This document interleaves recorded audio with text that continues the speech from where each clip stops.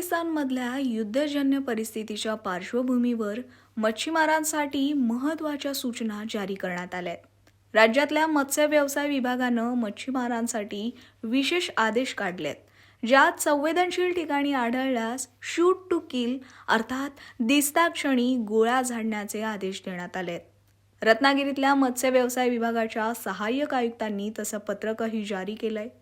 मासेमारी करताना काही गोष्टी टाळण्याबाबत इशारा देण्यात आलाय. समुद्रातील संरक्षण विभागाच्या क्षेत्रात मासेमारी करू नका असे स्पष्ट निर्देश देण्यात आले.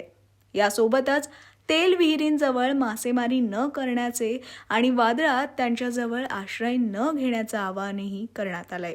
बऱ्याचदा वादळ आलं की अनेक जण तेल विहिरींजवळ आश्रय घेण्याचा प्रयत्न करतात, मात्र ते सुरक्षित नाही, त्यामुळे तिथं थांबू नये असं आता सांगण्यात येतंय. नमस्कार, मी श्रीमती अक्षय विनोद मयेकर, मत्स्य व्यवसाय विकास अधिकारी मिरकरवाडा.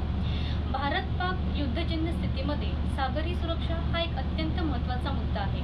यास्तव शासनाने मच्छीमारांसाठी एक परिपत्रक जारी केलेले आहे, ज्यामध्ये मच्छीमारांना निर्बंधित क्षेत्रामध्ये मासेमारी न करण्याचे आवाहन करण्यात आलेले आहे. यास्तव मत्स्य व्यवसाय विभागामार्फत सुरक्षा रक्षकांना जिथे जिथे लँडिंग पॉईंट्स आहेत तिथे तिथे सुरक्षा रक्षकांना दैनंदिन तपासणी करण्याचे आदेशही देण्यात आले आहे. त्याप्रमाणे तसे कामकाज सुरू आहे.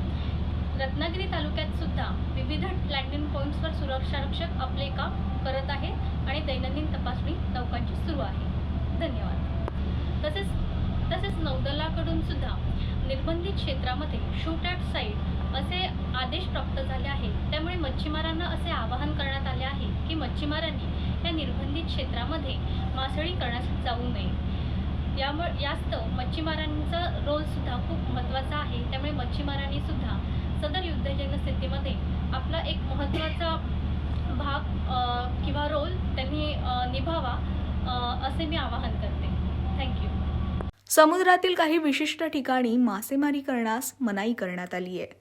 ही क्षेत्र नौदल आणि तटरक्षक दलाच्या देखरेखीखाली येतात, त्यामुळे या भागात मासेमारी करणं धोक्याचं ठरू शकतं.